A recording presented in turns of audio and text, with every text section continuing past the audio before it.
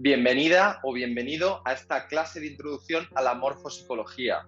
Vamos a ver esta maravillosa herramienta, cómo podemos aplicarla al beneficio de nuestras vidas para el día a día, ¿vale? Para esto está enfocado el curso que yo he preparado, que no hay ningún curso que esté con este enfoque. Todos los cursos de morfopsicología van dirigidos a personas que quieran ser morfopsicólogas, pero no hay ninguno para personas que se dediquen a otro tipo de cosas, pero también quieran poder disfrutar de los beneficios que nos aporta la morfopsicología. Así que para eso vamos a ver en esta pequeña clase de introducción qué es lo que podemos sacar de la morfopsicología. La he titulado El rostro, el espejo del alma. Entonces, ¿qué temas vamos a ver? Pues vamos a ver temas tan interesantes como las leyes básicas de la vida, las leyes de proyección, especialmente enfocado a las parejas, y de las tendencias reprimidas en el inconsciente, la adaptación a la vida, la bipolaridad, por ejemplo, el daño emocional y cómo se refleja en el rostro, las zonas en las que se divide ese rostro, que ahora veremos que van asociadas a los diferentes cerebros, el lado íntimo versus la máscara social, porque una cosa es cómo nos mostramos en sociedad y otra cómo nos comportamos en la intimidad de nuestro hogar. Y luego, morfopsicología e inteligencias. Partimos de la base de que ya sabemos que no existe una inteligencia global que abarque todo, sino que las inteligencias se pueden aplicar en diferentes áreas de nuestra vida. Por ejemplo, si pones a un pez a volar, pues obviamente no va a puntuar muy alto, ¿no? Pero si le pones a nadar, va a ser bastante mejor que otro tipo de especies. Pues con la morfopsicología pasa exactamente lo mismo. Podemos ver en qué es bueno cada uno. Para empezar, vamos a ver qué no es la morfopsicología. Pues la morfopsicología no es ni la frenología ni la fisionomía, ¿vale? Vamos a ver qué es cada una. La fisionomía es el análisis de los diferentes rasgos del rostro por separado y se queda ahí. Es decir, si tienes unos ojos así o una boca así, eres de esta forma, ¿vale? Y luego la frenología son mediciones cuantitativas de los volúmenes del cráneo, ¿vale? Pues medir, pero igual, es una medición cuantitativa, no cualitativa. ¿Qué es la morfopsicología? Pues es el análisis más la síntesis global a nivel cualitativo. Se hace el análisis uno a uno de todos los rasgos por separado y luego se va realizando una síntesis global a nivel cualitativo, porque hay rasgos que pesan más que otros, que interactúan de una forma o de otra, ¿vale? Lo que nos interesa es la síntesis global en morfopsicología. ¿Qué se puede ver en un rostro? Pues en un rostro podemos ver la psicología y el comportamiento de una persona, cómo estructura su pensamiento, cómo se siente, cómo actúa, cuáles son sus puntos fuertes, dónde puede mejorar, cómo se relaciona en pareja o en sus relaciones en general, cómo se relaciona también en el trabajo, con su puesto de trabajo, con sus compañeros, con sus jefes, cómo mejorar su salud, qué tipo de deportes le van mejor. O sea, el campo de aplicaciones es infinito. O sea, yo he realizado varios estudios, por ejemplo, a actrices y claro, ellas lo querían enfocar a cuál es su mejor estilo de actuación. O sea, es ilimitado el campo de aplicaciones de la morfopsicología. En la morfopsicología podemos ver la evolución de una persona, porque nosotros cambiamos, nuestra psicología cambia y eso se ve reflejado en el rostro, ¿no? Entonces, ejemplos muy prácticos, ¿vale? Esta clase de introducción va muy enfocada a ver temas prácticos, no tanto lo teórico. Aquí tenemos el caso del poeta Azorín, ¿vale? Que podemos ver que tenía un rostro dilatado, es decir, ancho, ¿vale? Todo este tipo de conceptos se aclaran en el curso. Es un rostro dilatado, es decir, se siente a gusto con el entorno que le rodea. ¿Cuál es, digamos, la evolución normal que sigue? Pues la evolución normal es pasar de la dilatación, que es el momento o sea, es un movimiento de expansión vital, hacia la retracción. Aquí le tenemos cuando era mayor. Vemos qué gran diferencia, ¿no? El rostro súper ancho cuando era pues, un adulto y sin embargo en la vejez, pues claro, el rostro se volvió más retraído, ¿vale? Eso quiere decir, pues aquí podemos ver la diferencia, ¿no? Es como como más estrechito, ¿no? Y las carnes como más metidas para adentro. Esto es el movimiento habitual, ¿vale? ¿Por qué? Porque cuando te haces mayor, digamos que se potencia tu instinto de sobrevivir, ¿no? Al medio, a un medio que ya cuando eres más mayor, pues lo empiezas a ver como un poquito más hostil, ¿no? Entonces, todas las fuerzas internas que tienes las mantienes para tu conservación, ¿vale? Pero no siempre es así. Aquí tenemos, voy a poner dos casos, el caso de Frank Sinatra, por ejemplo. Aquí podemos ver que de joven tenía un rostro un poquito más estrechito en comparación a cómo era de mayor. Pues claro, él de pequeño vivía en un ambiente en el que no se sentía a gusto, no vivía en la abundancia, ¿no? Pero sin embargo, de mayor, pues claro, cuando adquirió fama, empezó a ganar dinero, empezó a comer en sitios más caros, ¿no? A rodearse de gente con la que estaba más a gusto y su rostro se dilató. Aquí tenemos otro ejemplo, el ejemplo de Mickey Rourke, exactamente lo mismo, ¿vale? De joven era más retraidito, sin embargo, de mayor podemos ver una amplia dilatación en el rostro, podemos ver la evolución de la persona a lo largo de su vida, ¿no? ¿Qué más podemos sacar en beneficios y aplicaciones? Pues a nivel personal, comprender tu estructura para fluir en la vida, ¿no? Aquí podemos ver tres estructuras totalmente distintas. En el primer caso tenemos una expansión instintiva, en el segundo una expansión emocional y en el tercero una expansión cerebral, que no vamos a desarrollar demasiado en exceso para no alargar la extensión de esta clase, ¿no? Pero que sí que se ven más en profundidad en el curso. Problemas de vida diferentes, porque hay estructuras diferentes, ¿no? En este caso, sería un dilatado átono, ¿no? Pues hay un exceso de dependencia del medio que le rodea y hay una escasa reacción de defensa. Esto se ve en la ley del tono y atonía. Obviamente no tiene nada que ver el tipo de problemas que vivirá en su vida con este otro rostro, ¿no? Que en este caso, pues lo que sufrirá es un exceso de aislamiento y de defensa o protección, de poner barreras frente al medio que le rodea. Y tenemos un retraído mesotónico, ¿vale? También se puede aplicar en pareja, porque ¿qué es lo que pasa? Que un amor sin conocimiento es un amor imperfecto. Nos unimos por proyecciones, ¿no? Entonces, en función de nuestras carencias, proyectamos en el otro y hacemos como que nos lo tiene que dar, lo que nosotros sentimos que nos falta, ¿no? Aquí podemos ver con la ley de atracción, ¿no? De las relaciones, mediante la ley de atracción de los complementarios que se pueden volver opuestos en función del enfoque, ¿no? De si positiva es la relación o no. Aquí tenemos el caso del torero Manolete, que entraría dentro de un retraído mesotónico con unos ojos y una nariz grandes, ¿vale? Y aquí tenemos su pareja Lupe Sino, que ella es dilatada tónica, con unos ojos y nariz pequeños, ¿vale? El tamaño en general, del resto de todos los elementos que vamos a ver, se miden en relación al global. O sea, no hay un elemento que sea grande o pequeño per se. Es decir, hay que medirlo siempre en relación a la zona del marco en la que esté, ¿ok? Por lo tanto, este tipo de detalles, más de calidad, es complicado. Hay que verlo un poquito más con la práctica y con el estudio. ¿Vale? Aquí tenemos otro caso, el caso de Frida Kahlo, ¿no? Ella es hipertónica, especialmente la nariz y los ojos, tiene una expansión afectivo-instintiva y predominan los rasgos masculinos en su rostro. Y tenemos a su pareja, a Diego Rivera. Él es predominantemente átono, especialmente los ojos ensoñadores, ¿no? Y esa nariz que la podemos llamar patatona, ¿no? Porque es indiferenciada, parece una patata, vaya.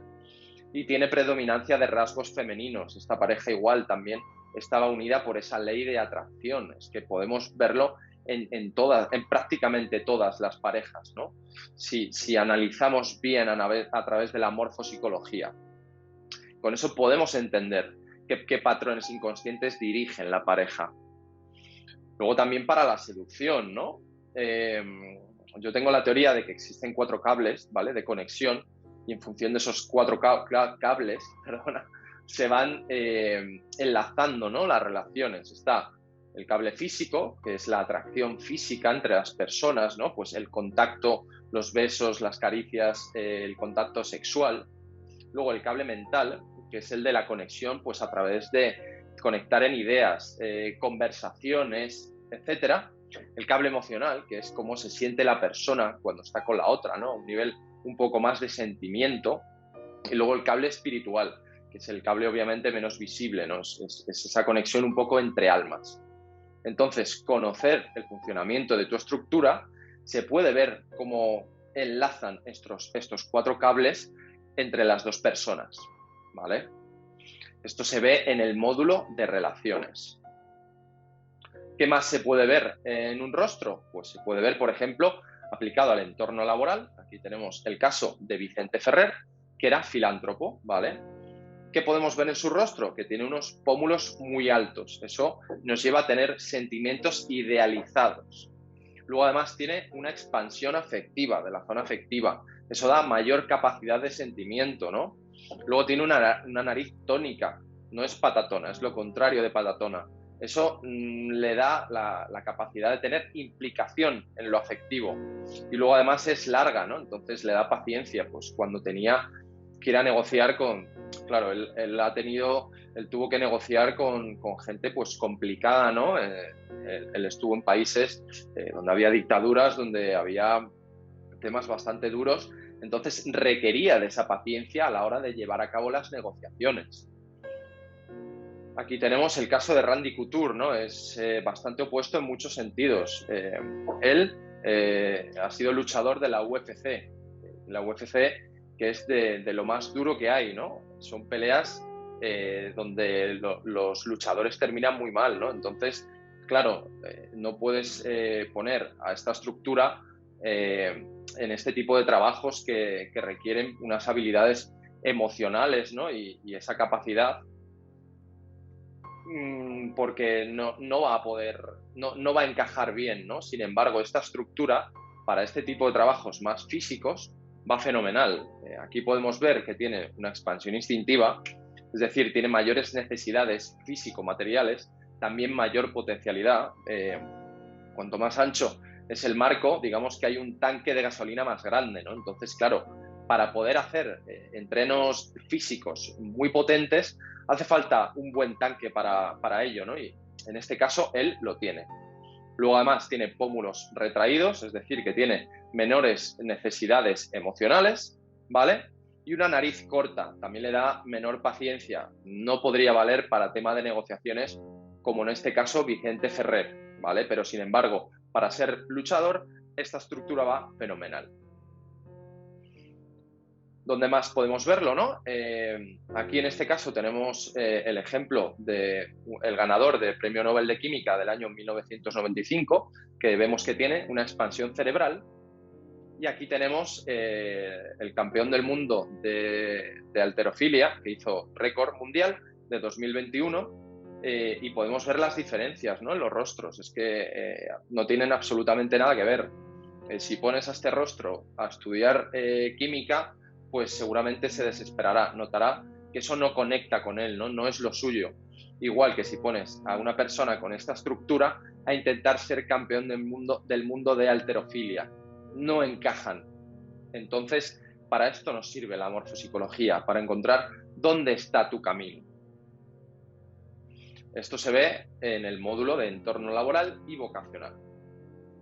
¿Qué más podemos ver con la morfopsicología en un rostro? Pues lo podemos aplicar a los niños y a la educación infantil, ¿no?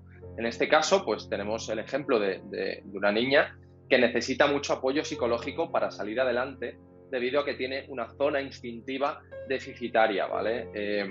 Está bastante asociado temas de autoestima, no solamente con esto, pero sí es uno de los factores, ¿vale? Que va a alterar el autoestima de un niño, ¿vale? Esto nos da capacidad física de realización. Un poco por ponerlo sencillo, ¿vale? No es tan sencillo, pero se trata de ponerlo asequible, ¿no? A cualquier persona. Entonces, esto se ampliará, pero vamos a quedarnos un poquito con el concepto en esta clase, ¿vale? Entonces, tiene una zona instintiva deficitaria, por lo tanto, viéndola, ya los padres, digamos que le ponen conciencia, ¿no? Y saben que van a tener que darle esos recursos que a la niña por su estructura le van a faltar. ¿vale? No tiene nada que ver con la estructura de este otro niño, ¿vale? Este es el caso real de un niño que mató a un compañero de clase porque le hacía bullying. En este caso, tiene una estructura muy concentrada, ¿vale? Que es el marco ancho con los receptores pequeñitos, y además se dio la situación propicia. Es decir, con la morfopsicología podemos ver que una estructura no determina, ¿vale? Pero sí que marca. Es decir, si esta estructura hubiera estado en un entorno que no hubiera sido propicio, no habría realizado, digamos, ese acto. Sin embargo, coincidieron las dos, ¿vale? Estructura más situación propicia. Esto es una de las cosas más bonitas que nos ayuda a entender la morfopsicología, ¿vale? Este otro ejemplo, tenemos el caso de un niño que sufre ansiedad con la comida y también tiene problemas para relacionarse. La educación que le vamos a dar es totalmente distinta, ¿no? Esta niña pues tiene falta de energía y problemas de autoestima, ¿vale? Es la misma niña que hemos visto antes, pero de mayor. Entonces, vamos viendo que el tipo de educación no depende de nosotros, depende de la estructura de nuestro hijo. Tenemos que educarle no en función de cómo somos nosotros, sino en función de cómo es él. Esto se ve en el módulo de niños y educación infantil. Luego también podemos aplicarlo a lo deportivo, ¿no? Descubrir los deportes que son más idóneos y también aplicar la mejor forma de entrenar, de alimentarse, de nuestros hábitos, ¿no? O sea, se puede ver todo. En este caso, pues tenemos el caso de Kipchoge, que fue récord del mundo de maratón en 2019, y aquí tenemos el ejemplo de otro luchador de la UFC, ¿no? Que ha sido 2 veces campeón en el 2001 y 2004. Las estructuras no tienen nada que ver. El tipo de deporte de Kipchoge, tipo maratón, requiere de estructuras que tengan una triple retracción, ¿vale? Retracción normal del marco, ¿vale? Vemos que es estrechito. Retracción lateral, ¿vale? Es un rostro que tiene ciertos rasgos que tienden a la retracción lateral, que también lo vamos a ver muy detalladamente en el curso. Y luego retracción frontal, que son rasgos de contención, ¿no? Que en este caso le aportan saber dosificar más a lo largo de esa maratón, ¿no?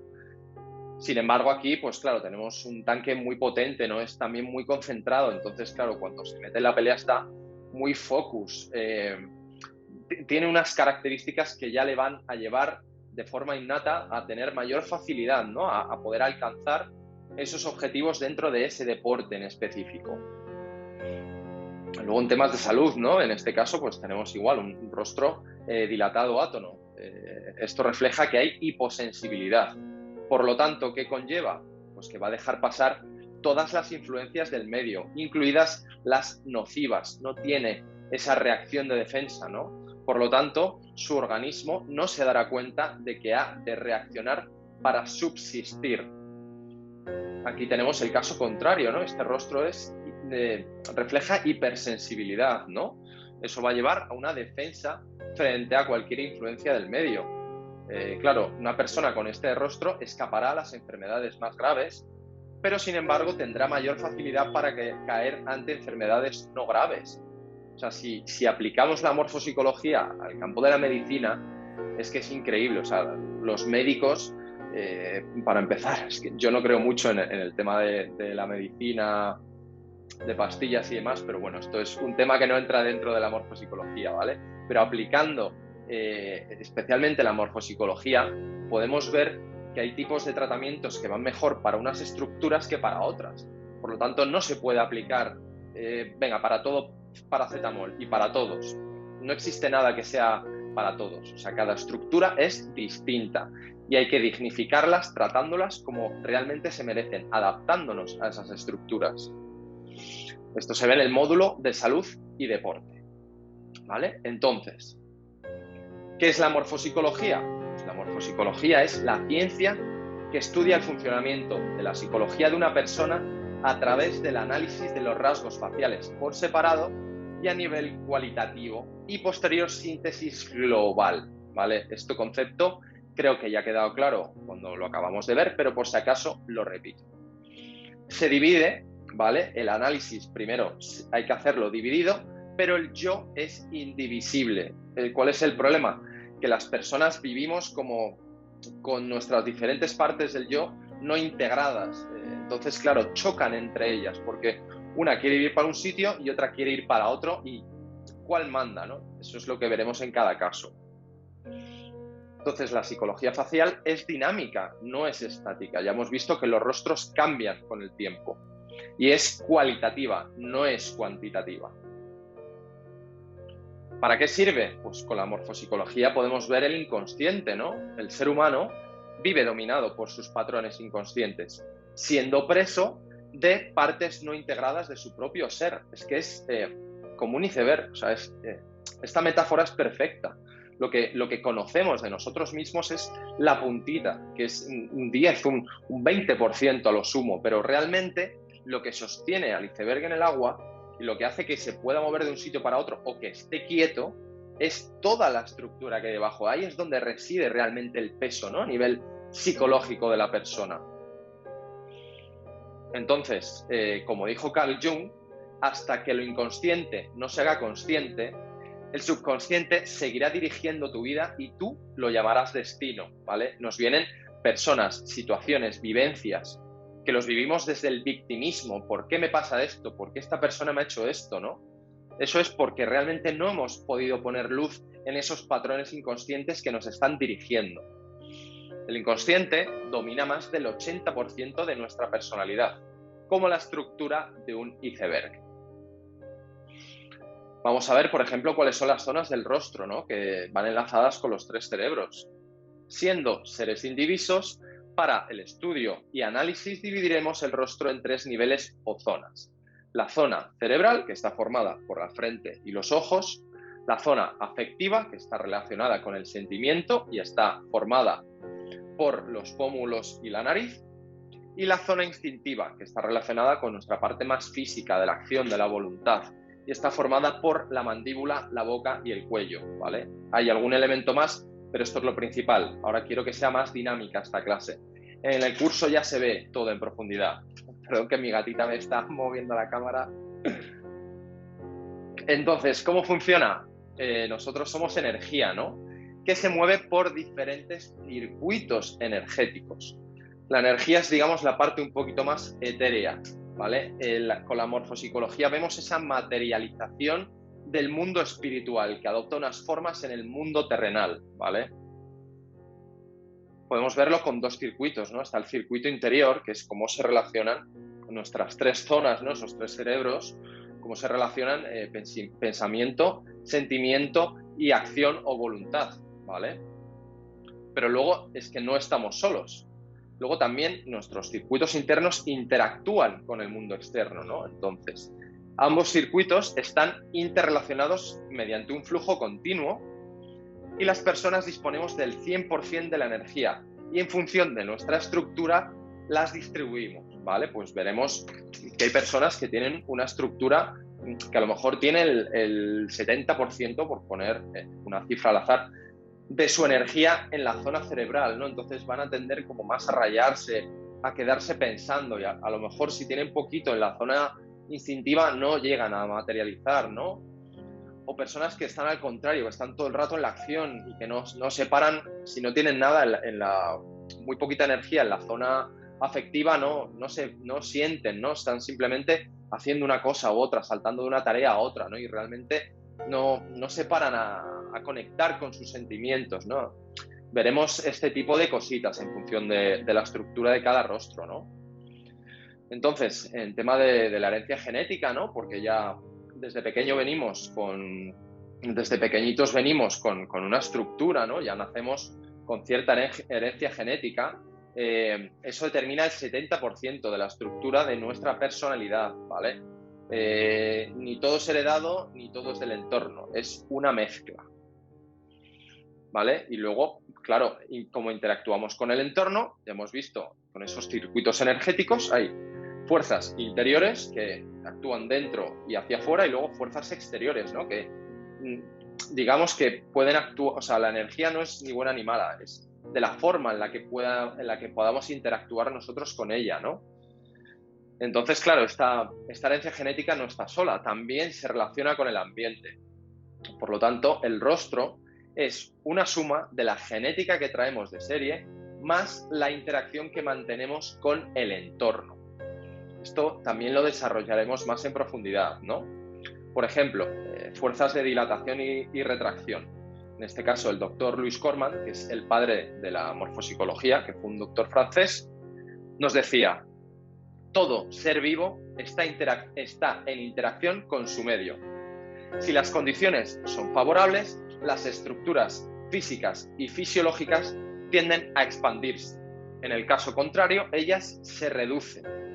Es lo que hemos comentado al principio, ¿no? Si te sientes a gusto con el entorno, tiendes a fomentar esas fuerzas de dilatación, como vimos en el caso de Frank Sinatra y Mickey Rourke, ¿no? Se sintieron cómodos en el entorno, entonces se dilataron. Pero también hemos visto el caso de cuando tiendes, pues por ejemplo, a la vejez, ¿no? Que sientes el entorno como que no es tan favorable como antes y necesitas conservar esas energías, y ahí es cuando entran más las fuerzas de retracción. No son compartimentos estancos, o sea, están todo el rato, tenemos de todo tipo de fuerzas en nuestro interior, pero a nivel cualitativo, como hemos dicho, pueden pesar unas más que otras, ¿vale? Entonces, el rostro es una mezcla de la genética más el ambiente. Aquí tenemos este árbol que a lo mejor tiene una genética para ser un super mega árbol, pero claro, está en un ambiente que no puede desarrollarse de esa forma, lo siente como hostil. Por lo tanto, ¿de qué forma va a crecer? Pues de la forma que le lleve a la supervivencia, y esa es con el gasto mínimo energético. Por eso se adapta al entorno, que en este caso es desértico. Sin embargo, ¿qué es lo que pasa cuando un árbol que tiene una genética para expandirse y está en un entorno que siente como favorable? Pues le pasa lo que le pasa a este árbol, ¿no? Que no tiene nada que ver con el árbol anterior. Este está enfocado en su supervivencia. Este está enfocado en expandirse, vemos, ¿no? Ese tronco tan ancho, ese pedazo de copa, ¿no? Pues a nosotros nos pasa lo mismo, ¿vale? Y eso lo podemos ver en un rostro. Como en el caracol, ¿no? El caracol, cuando está a gusto, cuando está contento con el entorno, pues le podemos ver que está fuera de la caracola, ¿no? Sin embargo, cuando lo cogemos, vemos que empieza a retraerse, ¿no? Siente que hay un peligro, hasta que finalmente se esconde del todo. Esta es la aplicación, ¿no? Por así decirlo. Podemos ver en un proceso cómo actúan las fuerzas de retracción, ¿vale? Pues a nosotros internamente nos pasa lo mismo que al caracol, en función de cómo estemos sintiendo ese entorno. Entonces, por tocar una pincelada de algo como muy básico, ¿no? En morfopsicología, que son las fuerzas de dilatación-retracción, ¿vale? El efecto de las fuerzas de dilatación, lo podemos ver en el rostro de la izquierda, lleva a expandirse al rostro. Sin embargo, las fuerzas de retracción llevan a contraerlo, ¿vale? Podemos ver qué diferentes son estos dos rostros. Uno, bastante anchito, ¿no? Se le puede ver y es que hasta la expresión, ¿no? Se le ve que está feliz, ¿no? En este caso, pues el actor Danny DeVito se le ve ya en la fotografía, está contento, está a gusto con el entorno. Sin embargo, tenemos el caso de este otro actor que ya la expresión es distinta, ¿no? Es un poquito más dura, es como no me siento a gusto del todo con el entorno. Estos son las fuerzas de dilatación-retracción, ¿vale? Aquí los podemos ver más claramente si las flechitas. Y es que, claro, no tienen nada que ver. Entonces, con estas estructuras se ve que toda esa interioridad psicológica es totalmente distinta, ¿no? Aquí podemos ver, por ejemplo, pues protección ante el entorno, ¿no? Que era Auschwitz. Pues tenemos un rostro que está súper retraído, ¿no? Esto pues también lo veremos en profundidad. Aquí tenemos otro, ¿no? En este caso, pues no era un ambiente como tal hostil, sino que, claro, ya se está acercando a la vejez, entonces se está protegiendo frente a la muerte y para eso conserva sus energías, ¿no? Se meten hacia adentro, es que es como muy gráfico, es muy visual. Aquí tenemos las fuerzas de dilatación, ¿no? La verdad que estuve buscando fotos y esta fue como me encantó porque son todos dilataditos y se les ve que están todos sonrientes, felices, se sienten a gusto, ¿no? Y claro, se expanden. Es que se puede ver ya, ¿no? En la expresión de las personas, ¿no? Entonces, ante entornos que se sienten como, es muy importante esta puntualización porque una cosa es cómo es el entorno, pero eso es subjetivo, es en función de cómo lo viva cada uno, ¿vale? No hay nada que podamos decir entorno bueno o malo. Es en función subjetiva de cómo lo va a vivir la persona. Por eso, pues podemos ver dos hijos que nacen simultáneamente y les tratan sus padres igual, pero sin embargo lo viven de forma distinta, ¿no? Ahí es donde está este tipo de apreciación. Entonces, ante entornos que se sienten como benevolentes, el ser siente que puede expandirse. Se nutre de todo lo que provee el medio y, consecuentemente, se expande. Entonces, como breve introducción, ¿vale? ¿En qué consiste? ¿Cuál es el formato de este curso? Tiene texto, ¿vale? Que viene toda la parte teórica ya hecha, no tienes que redactarla tú, con casi 1000 imágenes, ¿vale? En la morfopsicología son súper importantes las imágenes. No sirve de nada que te expliquen algo si no lo estás viendo en un rostro, ¿vale? Y más de 700 casos reales, ¿vale? Muchas personas famosas, ¿no? Que es como más fácil esa identificación, ¿vale? Se divide en 17 capítulos esenciales para poder entender los 4 módulos de especialización que hemos visto. Luego, la parte esencial tiene 87 vídeos explicativos de corta duración. Unos vídeos duran más que otros, ¿no? En función del tema que se esté tratando. Y luego, además, bueno, estos son 16 horas, ¿vale? Y luego están los módulos de especialización, que en total son unas 10 horas. Los módulos se puede hacer 1, 2, 3, 4. Esto queda a elección de la persona, ¿vale? Los módulos de especialización, ¿cuáles son? Pues lo que hemos visto, el entorno laboral y vocacional, enfocado a qué tipo de puestos de trabajo, cómo te puedes relacionar mejor, o sea, cómo es, por ejemplo, una estructura como jefe, como empleado, este tipo de detalles, ¿no? Enfocado al entorno laboral. Luego, las relaciones, especialmente enfocado a las relaciones de pareja, para que no haya estas proyecciones, ¿no? Que hace nuestro ego, este autoengaño, ¿no? De por qué esta persona se comporta así si yo creía que era así. Bueno, es que si hubieras visto realmente cómo era su estructura, no te habría pasado esto que te está pasando ahora, ¿no? Ahorrarías pues muchos problemas futuros, ¿no? Y la unión sería desde la libertad, desde el vale.